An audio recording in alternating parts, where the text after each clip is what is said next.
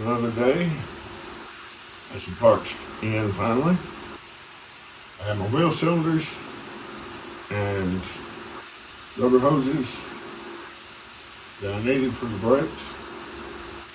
I have one for each corner all the way around.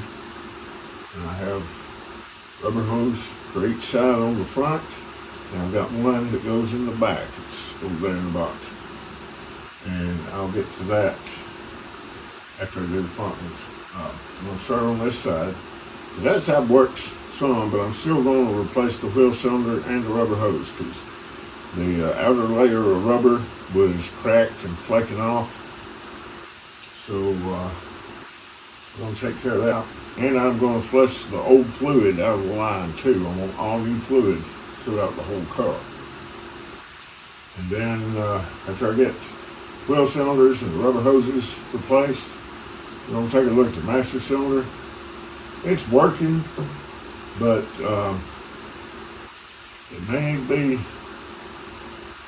replaced. I may be able to rebuild it myself. I'll take a look at it and I'll figure it out. Alright, let's get started. First will be left front or passenger side front. This one here. Jack it up, pull the drum off, and see what kind of shape our brake shoes are in. I'm hoping the rest of the parts, the brake shoes and the hardware and everything's good, because there is evidence there has been brake work done to this either while it was parked or before, not long before it was parked. So we're about to pull this wheel and drum and see what that tells us.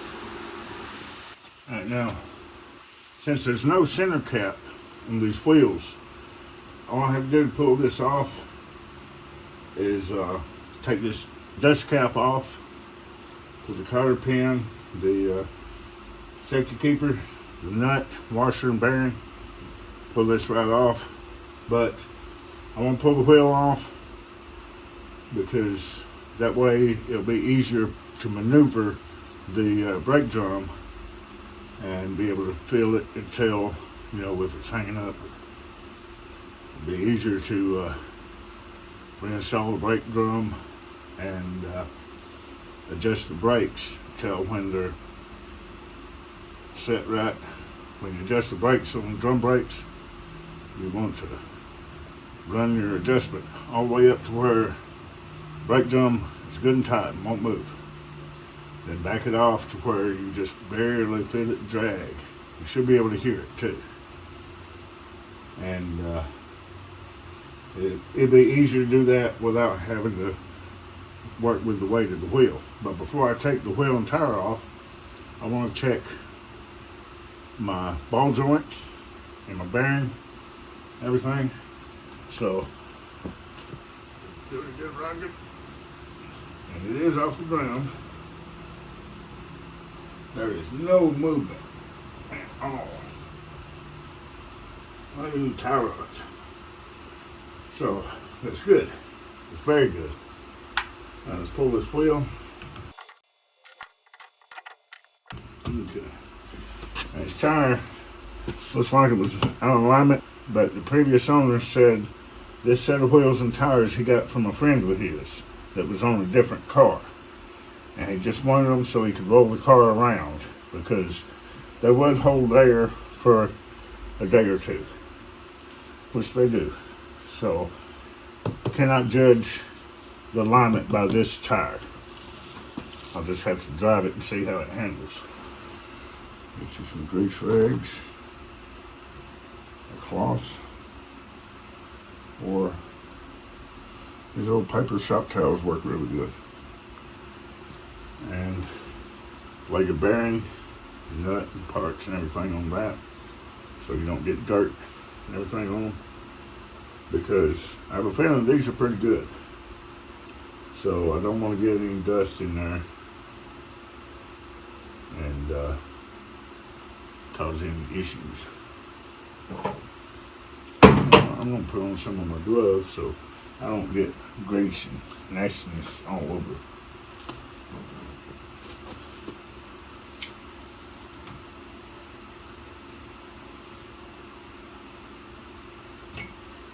I've seen people use a hammer and screwdriver to pop these off with. A pair of channel locks works great. Sometimes they are stuck bad enough to where you have to get just in behind this groove with a screwdriver and pry, and they will come off. This one came off pretty easy, and the condition of this makes me believe that this has been off not too long before it was parked, or sometime during the time it was parked. And the condition of all this, there's good grease in there. I will pack some more grease in it though, but looks good.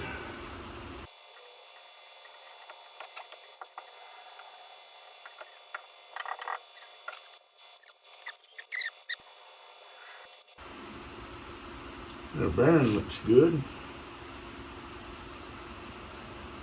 It's really good. Plenty of grease.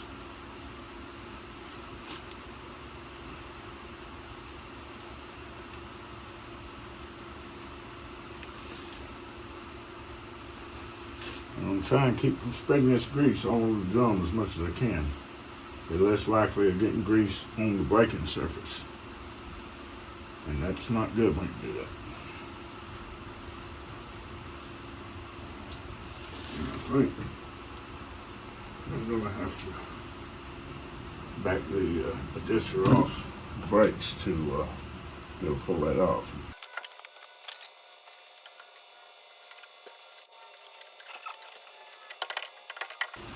Okay, now see what we got.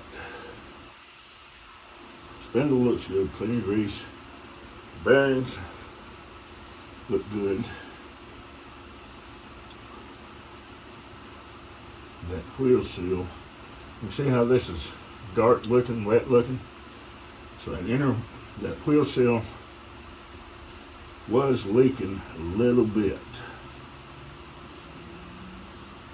So I go ahead and replace that. The shoes still have some life. For now, I may just change out the wheel cylinder, put the new hose on. Yeah, I think these will be okay for now. Just to get a feel of the car, get to driving it, and but brake shoes will need to be replaced. I'd say within a couple hundred miles, just to be on the safe side. I mean, you'd probably get another 1,000 miles out of these the way I drive anyways. I'm an old man, I drive slow sometimes. But as far as braking, I'm not too hard on my brakes, so I think these would last me for quite a while, but just be on the safe side. After a few weeks of driving it, occasionally I will get the brakes and everything changed.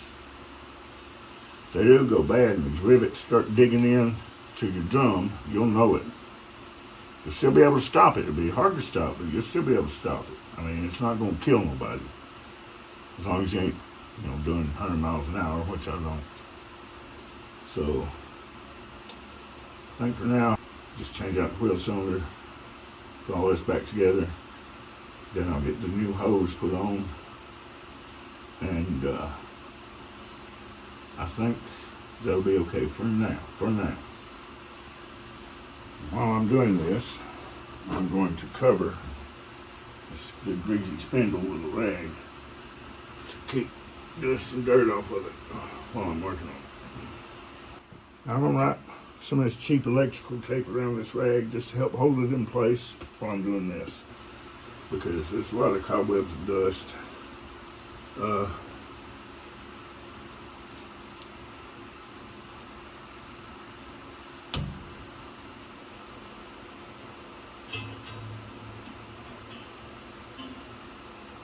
rest of the hardware on here looks pretty good for now, so I'm not going to worry about changing none of that.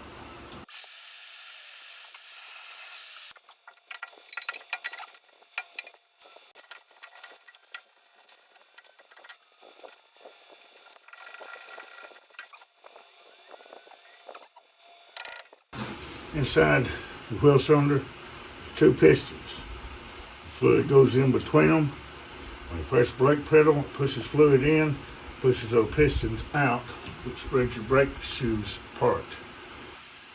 And this one is seized. This one works.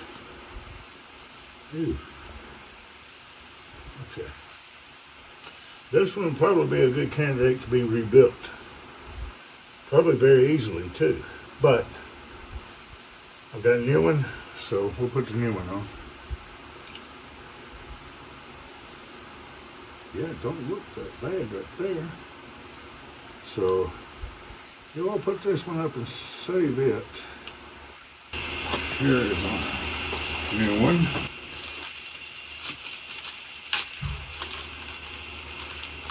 It's only about 14, 15 bucks off Amazon. I'm going to leave these caps in until I'm ready to put the hose in, and I'll leave this one on until I'm ready to bleed it. Now, these bolts are pretty small, so don't want to overturn them. I'm sure there's torque specs for these somewhere, but as long as you get them good and snug, they've got old lock washers on them, so it'll be fine. Now, it's a good idea if you're not familiar with how these go on, take a good picture of all your parts. Try to get one of all the parts, and then maybe an extra one of individual parts, so that way you can look at your picture when you go to put it back together, and shouldn't have any issues. I always recommend whatever you do to one side of the brakes, do it to the other side too. Change out this front one, don't touch the back ones, change out the other front, because there'll be a difference in pressure. One's going to work better and the other one's going to be a little weaker. I always do both sides. And sometimes you can just do the front, don't touch the back, if your back ones are good. But if you do your back ones, like I said, both sides. They'll make your brakes equal on each side. Okay, I think we're ready to pull this rag off of here. Put the drum back on. That seal is not the best, but I'm going to say it's going to be okay for now. Like I said, all this is going to be redone after I get, some miles on it, after test driving it.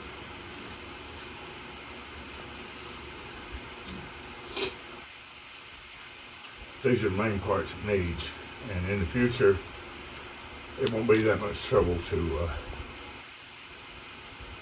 pull this off, put new brakes, hardware, and everything on.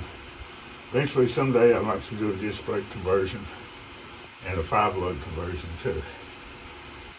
You always want to get new cotter pins, because right there where they're bent, every time you bend that, it weakens them. So if I were to put them on, put this one on there, bend the prongs out again, the rubber will be weak and could very easily break, and pieces could get down into your bearings, and you do not want that. So that is trash.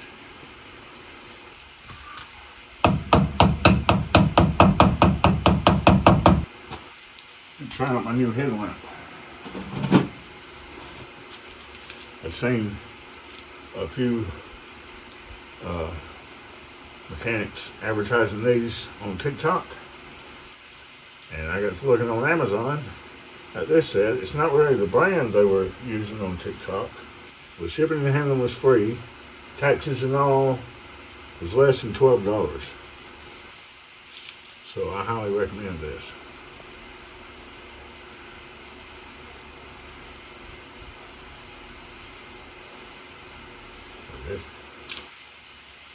Nice and bright. And we can see right where I'm looking. Okay, this side is ready for the wheel to be put back on. Move all this.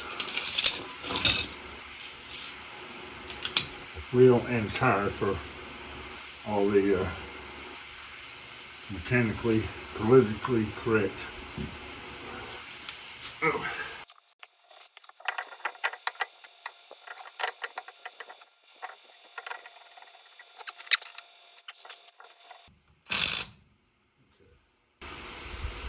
Alright, just gonna do it for this side. On this side, I'm gonna do the same thing I did on this side. Just gonna replace the wheel cylinder and the rubber line, and I'm gonna blow out the old fluid out of that line before I install the rubber line. So that way it'll be all fresh fluid.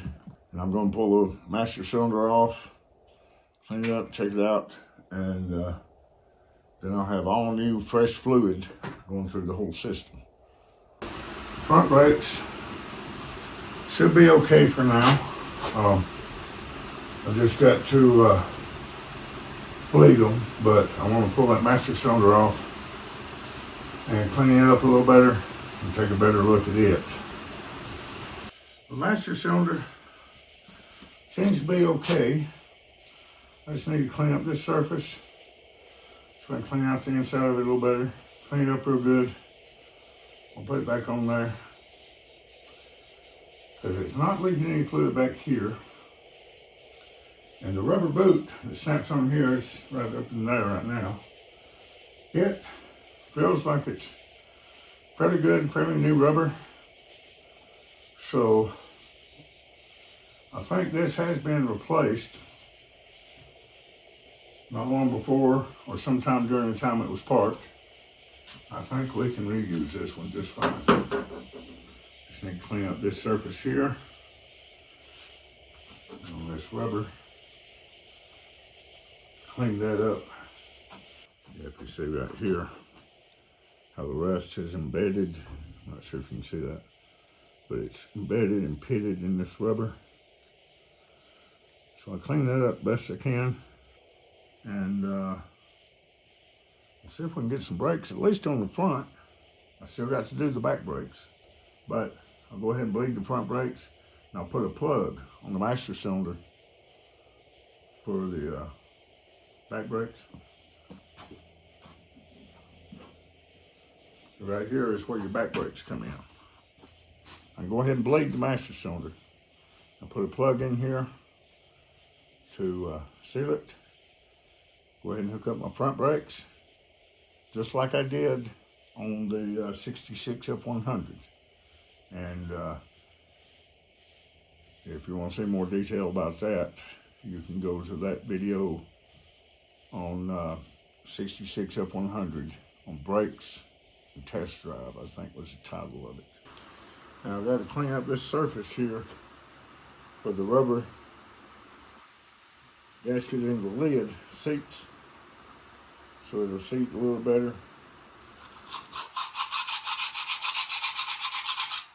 I'm just starting off with some rough paper. So like 60 grit. Just want to get the worst of the rust pitting down. I'm going to go over it with a stone, a precision flat stone, and make sure it's gonna seat a little better.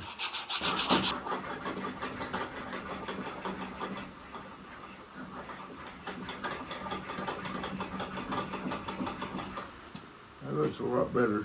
Should give good enough surface to help the rubber in the lid seal against a little better. I still want to upgrade the brakes so I'll be able to stop better, because the way people drive nowadays,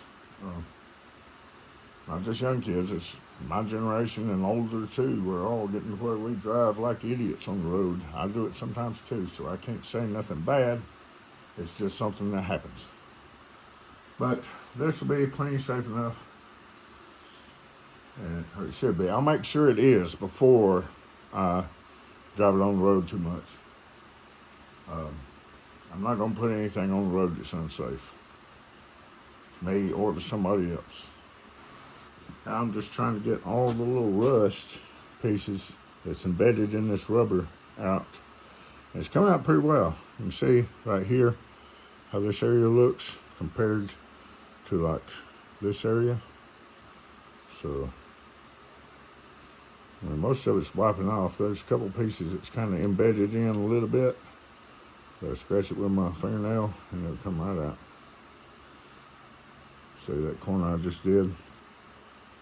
Like right here, this corner. Clean it up.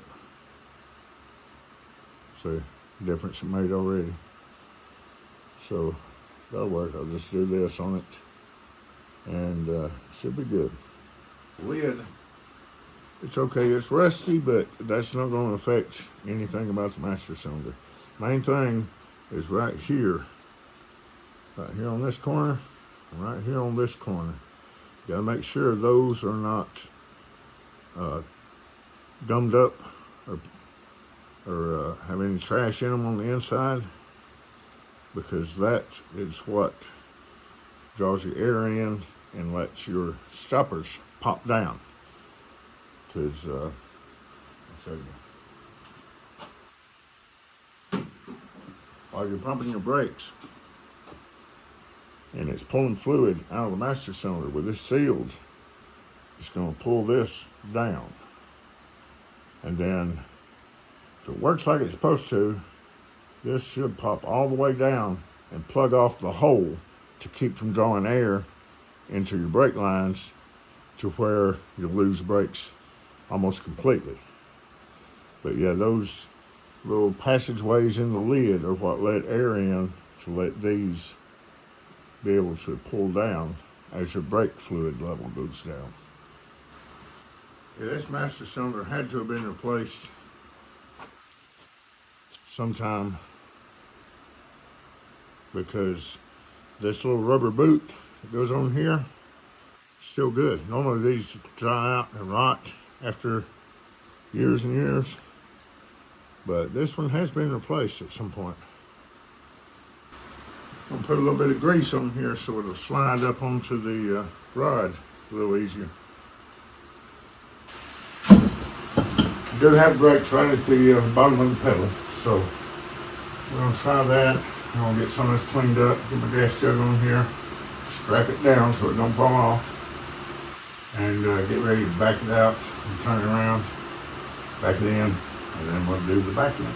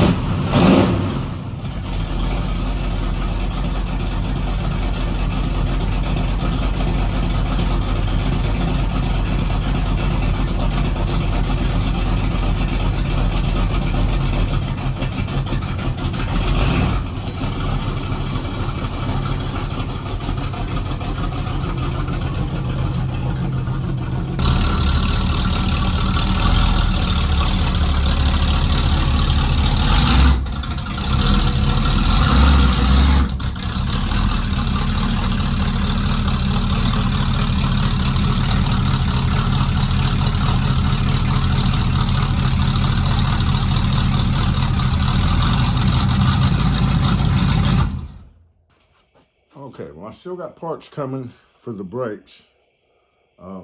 Front brakes, brake lines were all good. Back brake lines were rusty.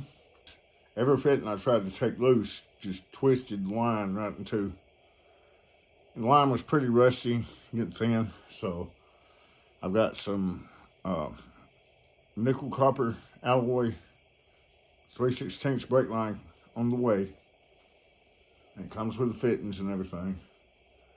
And I'll get that. Should be here tomorrow. So, just waiting on that. I ordered a new fuel tank. I wasn't expecting it to come till tomorrow, but it came today. The old fuel tank, I don't know what the inside of it looks like. I'm sure it's crusty, rusted.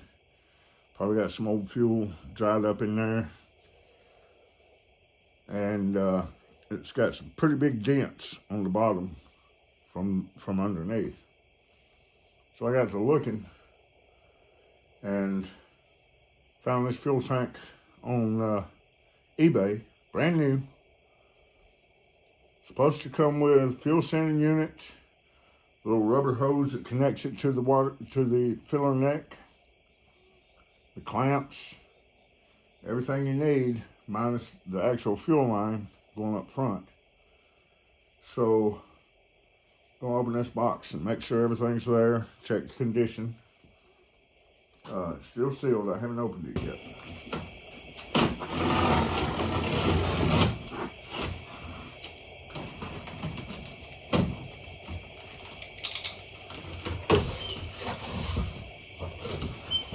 Ooh wee. That's pretty.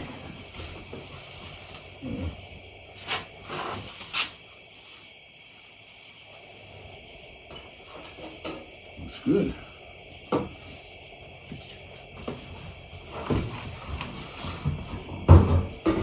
Shiny.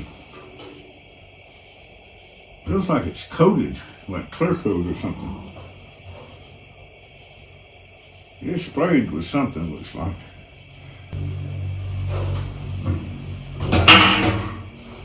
That's where the filling neck goes.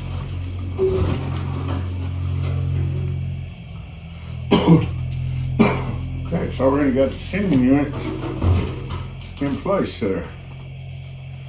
It's not clamped in, it's just taped there. But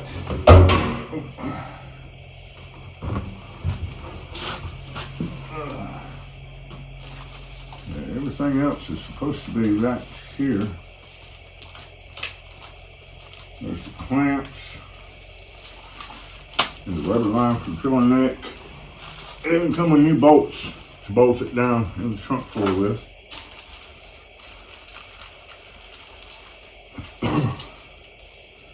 Okay. Where is the locking ring? Right there's the little rubber gasket for it.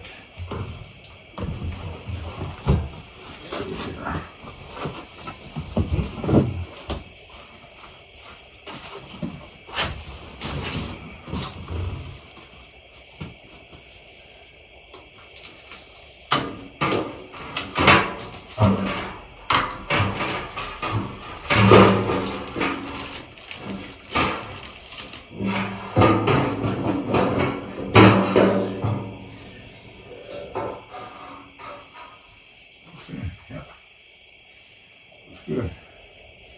All brand new parts. Rubber gaskets right there. I'll take it off so I don't lose it. I'll put it right there. I don't see the locking ring. Let's see, we got a drain plug built in. Well, that's pretty cool. Weld all the way around, looks really good. Pretty good quality. Yeah. Believe that is going to work very well. It says it's made in Taiwan. I thought it was American made, but it's not. But it looks like it's pretty good quality. I think it'll be just fine. I think it'll be better than fine. I think it'll be really good.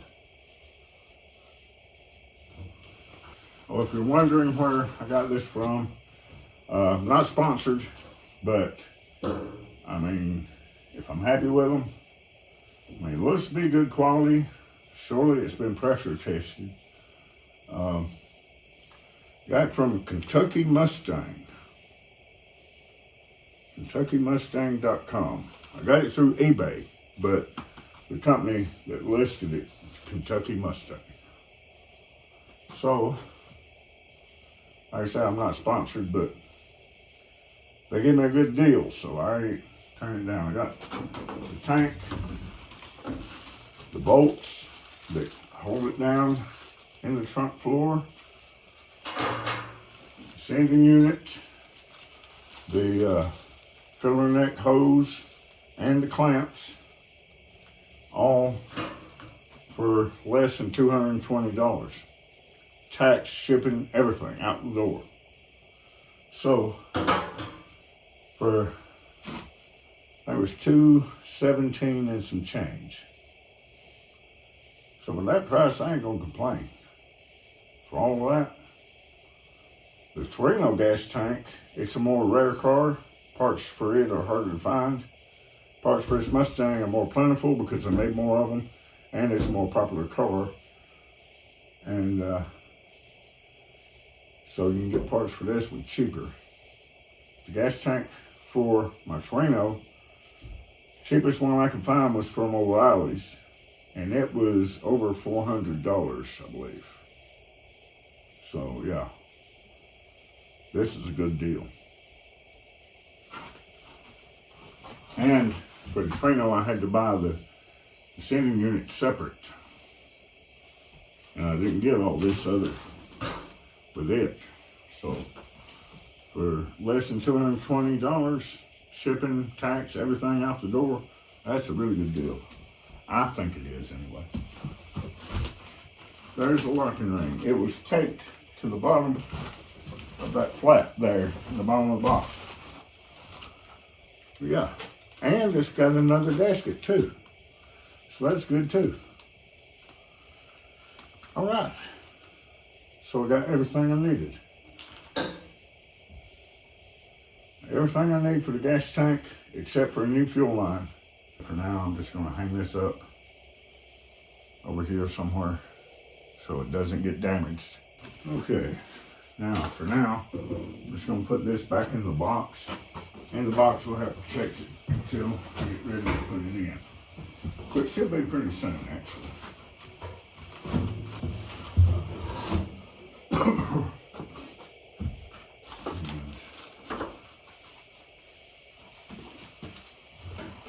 Okay, well, I was thinking, since I gotta pull the gas tank out, put in the new one anyways, maybe easier for me to repair the brake lines, being able to reach through the hole in the floor of the trunk, or at least be able to sit underneath, be able to put my head up through the hole, be able to work on it a little easier. Show you guys what the trunk floor looks like.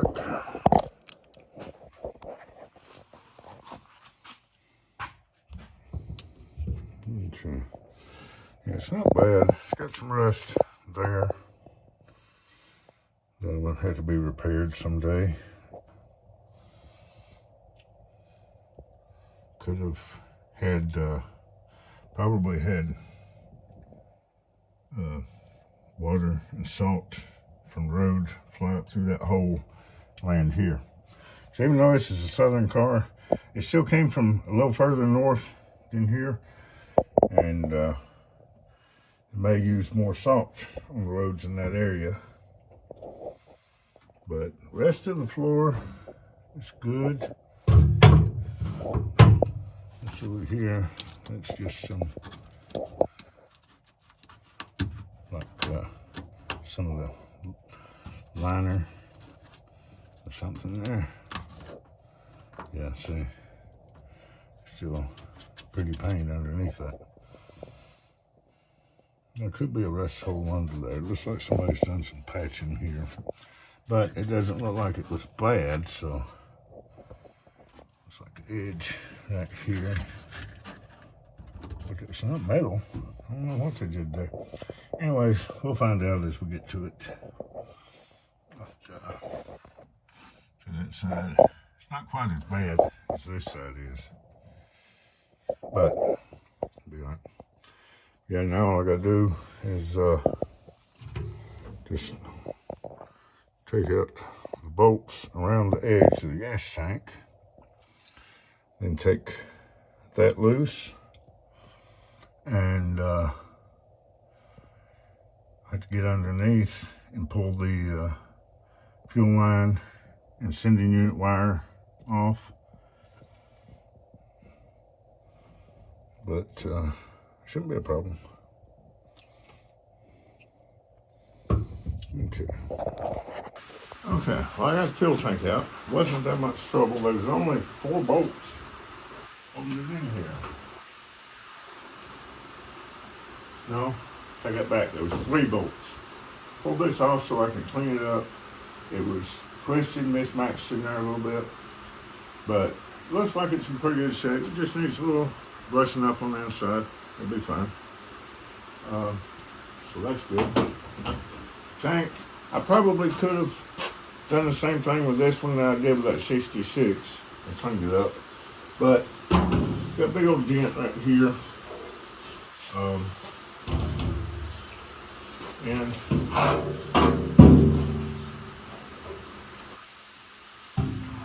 right here, this is all caved in.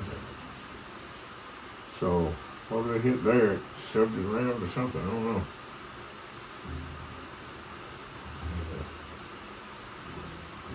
Right there. So that's why I went ahead and ordered the new gas tank, because this one's beat up pretty good. Luckily it was empty. I dried up one of them. This one's got the drain plug in the corner, just like the new one does. So the new one is an exact match. So that's good. I can pull this fuel sending unit out, see what kind of shape it's in. The sending unit and the pickup tube and everything's all in the same piece. And pull that out and see what it looks like. Yeah, it's pretty crusty. We'll stick it back and hang on to it. It may be salvageable, but since I got a new one, I ain't gonna try it unless I have to. This gas tank, I'll just put it outside. It may become patch panel material. Yeah, I can show you what it looks like now. Yeah, it's not good.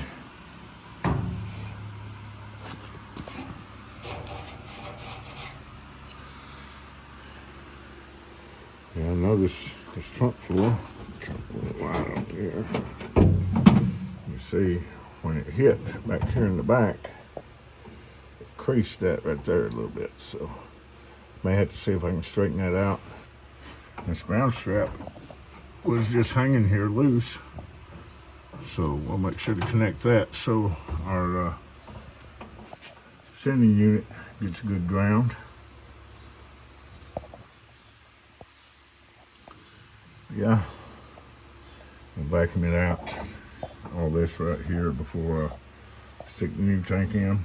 But I'm going to finish up the brakes before I stick the new tank in, because I think that'll help give me more light down there while I'm under there working.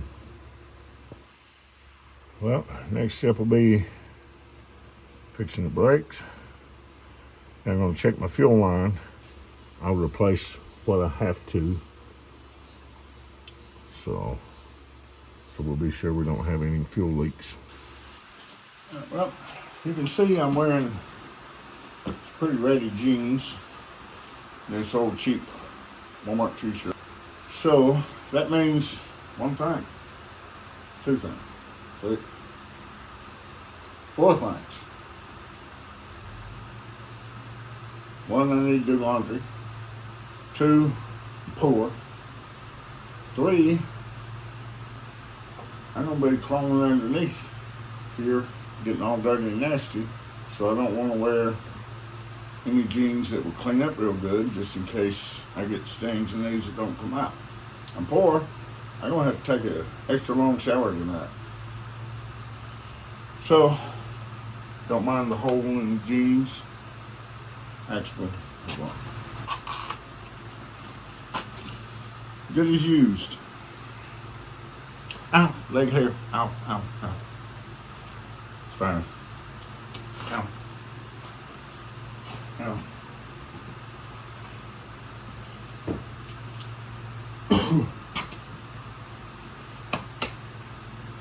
That'll work.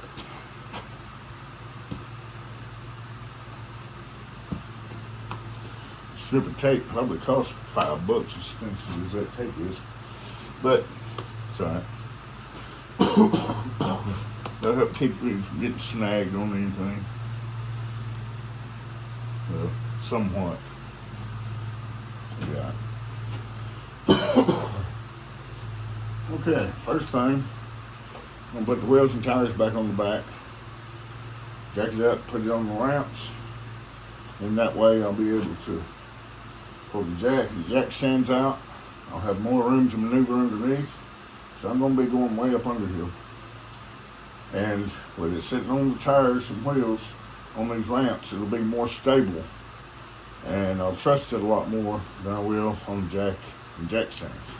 Alright, I just went and double checked my wheel chocks out front. They're under there, good and tight, under the front tires.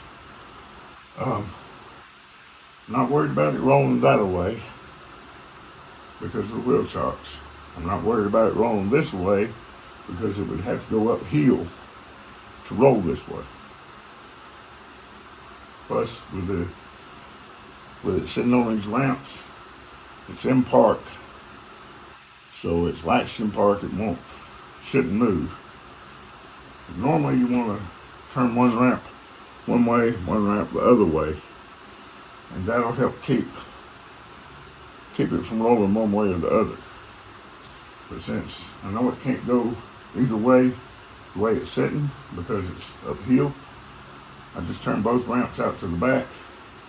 That way I won't have the ramp sticking up in my way under the side over here while I'm working under there. Alright.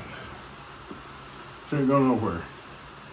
If I'm putting that much force underneath, I'll wind up breaking something because I'm just working with some small lines. Brake line and fuel line, I just gotta check them out. And if I put that much force on them, it's gonna break them. So I'm not worried about it coming off.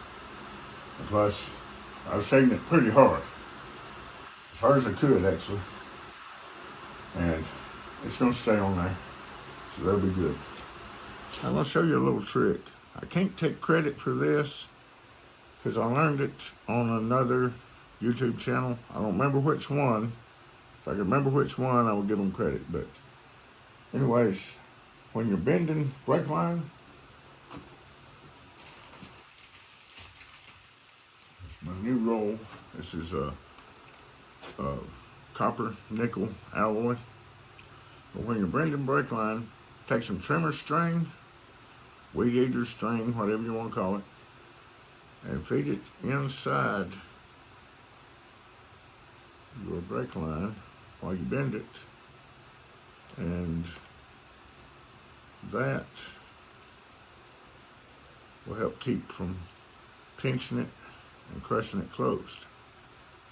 And it'll still be flexible.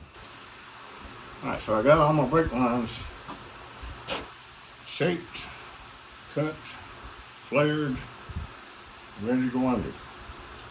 Now these might not be exactly the right bends. I went by the old brake lines, using those as templates for where I put the bends. And these are really close. May have to adjust them, may have to bend a little bit here and there, but they'll work just fine. Oh, and you can buy pre-bent brake lines where all you have to do is take the old ones out and put the new ones in. But those can be pretty expensive sometimes.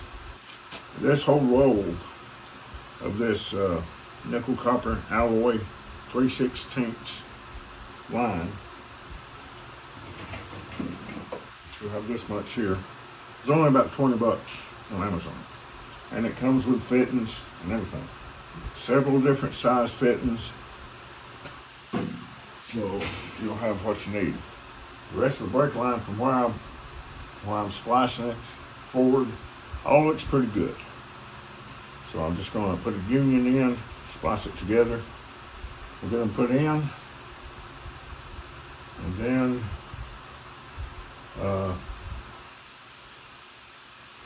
start spraying some PB Blaster, some brake cleaner, whatever I can, through the fuel line, and then blow it out. Make sure it's cleaned out real good. And then we'll be ready to put the fuel tank in pretty soon after that. Now this is the breather hose that comes off of the axle housing. And this is what holds the rubber line in place. Rubber line has this mount. This is the old one. This is where I cut it. This will go through here. Now this washer, the lock washer, goes through there and holds that in place. And this old hose, it had mud in one end from a dirt dauber, and it was just open. So I'm gonna find a filter or something that I can just put right on the end of this, and that'll keep any trash out and allow it to breathe properly. And now for the actual housing breather, took the old hose off. I got this at one of the return stores I go to, and I only paid like 50 cents for it. They're on one of their cheap days, but it's a little bit too big. So what I can do is the old piece of breather hose, I can cut out a good section of it, and see it fits in here just right. And it came off of this, so I know it'll fit on this. But I can do that and make that work. And then the axle housing will be able to breathe like it should and be protected. Well, that's going to do it for part 5 on the Mustang. As you can see, we're making progress. In a few weeks, it'll be warmer weather, and there's some car shows and cruise-ins coming up. And I'd like to take the Mustang.